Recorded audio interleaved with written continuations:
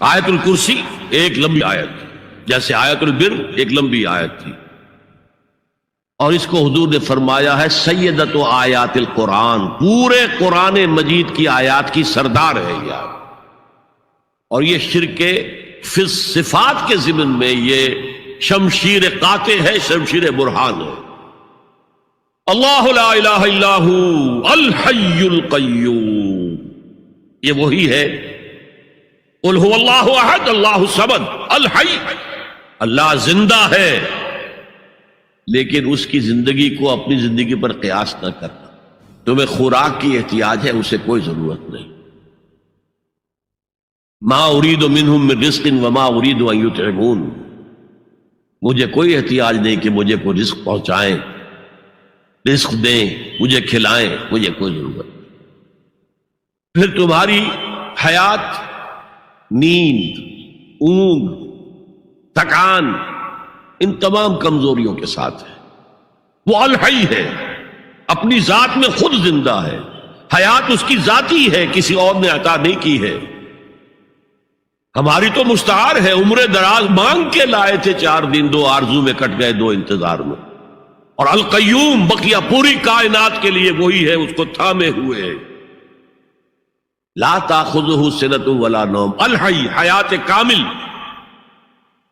کہ اس کو نہ نیند آتی ہے نہ اونگ آتی ہے۔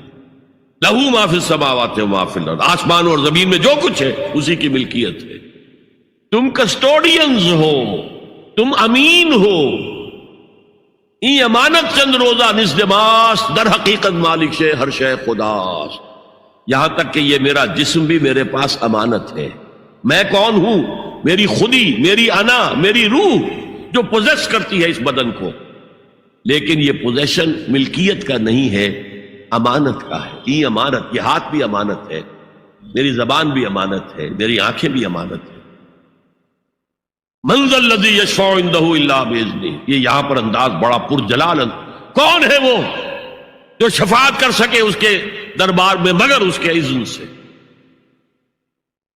کسی کا ذاتی، کسی کا زور، کسی کا اختیار نہیں ہے کہ جس کی بنا پر وہ شفاعت کرے، ہاں اللہ کے اذن سے۔ اور دوسری جگہ پر آتا ہے جس کے لیے وہ چاہے گا اور جس کو اجازت دے گا، جیسے کہ آتا ہے اما یتساءلون میں، یوم یقوم الروح والملائکۃ صفا، اور ان میں سے کوئی بھی بات نہیں کر سکے گا، کلام نہیں کر سکے گا، لا یتکلمون الا من اذن له الرحمن، سوائے اس کے جسے رحمان اجازت دے، وقال صوابا، اور صحیح بات کرے گا، کوئی غلط بات نہیں کرے گا۔ یعلم ما بین ایدیہم وما خلفہم ولا یحیطون بشیء من علمہ الا بما شاء، وہ تو جانتا ہے جو کچھ بھی ان کے سامنے ہے اور ان کے پیچھے ہے، اور یہ کوئی احاطہ نہیں کر سکتا مخلوقات میں سے، اس کے علم میں سے کسی کا بھی، سوائے اس کے جو وہ خود چاہے۔ یہاں بڑے ہی لطیف انداز میں شفاعت باطلہ کے تصور کی نفی ہو گئی۔ دیکھیے، آپ کہیں جا کر کسی مجسٹریٹ سے سفارش کرتے ہیں تو کیا کہتے ہیں؟ اجی یہ فائل کے اوپر جو کچھ ہے آپ اس پر نہ جائیے، یہ گواہیاں وغیرہ جھوٹی ہو گئی ہیں، میں آپ کو بتاتا ہوں اصل بات کیا ہے۔ اللہ کے سامنے کوئی یہ کہہ سکے گا اے اللہ تیرے علم میں نہیں ہے، میرے علم میں ہے؟ یعلم ما بین ایدیہم وما خلفہم، وہ تو جانتا ہے جو کچھ ان کے سامنے اور جو کچھ ان کے پیچھے ہے۔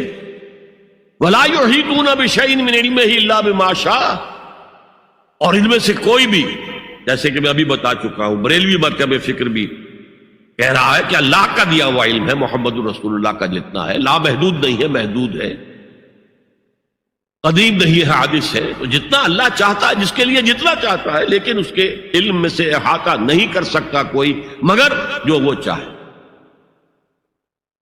وسع کرسیہ السماوات والارض، اس کا اقتدار چھایا ہوا ہے، مستولی ہے، آسمانوں پر بھی اور زمین پر بھی۔ ولا یؤودہ حفظہما، اور اسے عاجز نہیں کر سکتی ان دونوں کی حفاظت۔ قیوم وہی ہے، صمد وہی ہے، لیکن اسے کوئی تکان طاری نہیں ہوتی، عاجز نہیں ہوتی۔ یہ اصل میں نفی ہے جو تورات حافظے سے مرتب کی گئی تھی، 587 میں نبوکڈنضر کا جو حملہ ہوا تھا اس میں اصل تورات گم ہو گئی، اس وقت سے آج تک وہ اصل تورات ان کے پاس نہیں۔ پیریڈ آف کیپٹیوٹی سے واپس آئے ہیں بیت المقدس میں سائرس کے لطف و کرم کی وجہ سے، ذوالقرنین کے لطف و کرم کی وجہ سے، پھر یادداشتوں سے لوگوں نے وہ تورات مرتب کی ہے، تو اس میں انسانی فکر شامل ہو گیا۔ لہذا وہاں یہ لکھا ہے اللہ نے 6 دنوں میں آسمان اور زمین پیدا کیے اور 7ویں دن آرام کیا، یعنی کوئی تکان لائق ہو گئی۔ قرآن نے کہا، اللہ تعالیٰ نے فرمایا سورہ قاف میں، وَلَقَدْ خَلَقْنَا السَّمَاوَاتِ وَالْأَرْضَ وَمَا بَيْنَهُمَا فِي 6 أَيَّامٍ وَمَا مَسَّنَا مِن لُغُوبٍ، یقیناً ہم نے آسمان اور زمین اور جو کچھ ان دونوں کے مابین ہے انہیں 6 ہی دنوں میں پیدا کیا۔ وہ بات ٹھیک ہے، لیکن ہمیں کوئی تکان لائق نہیں ہوئی کہ ہمیں کسی آرام کی ضرورت ہو۔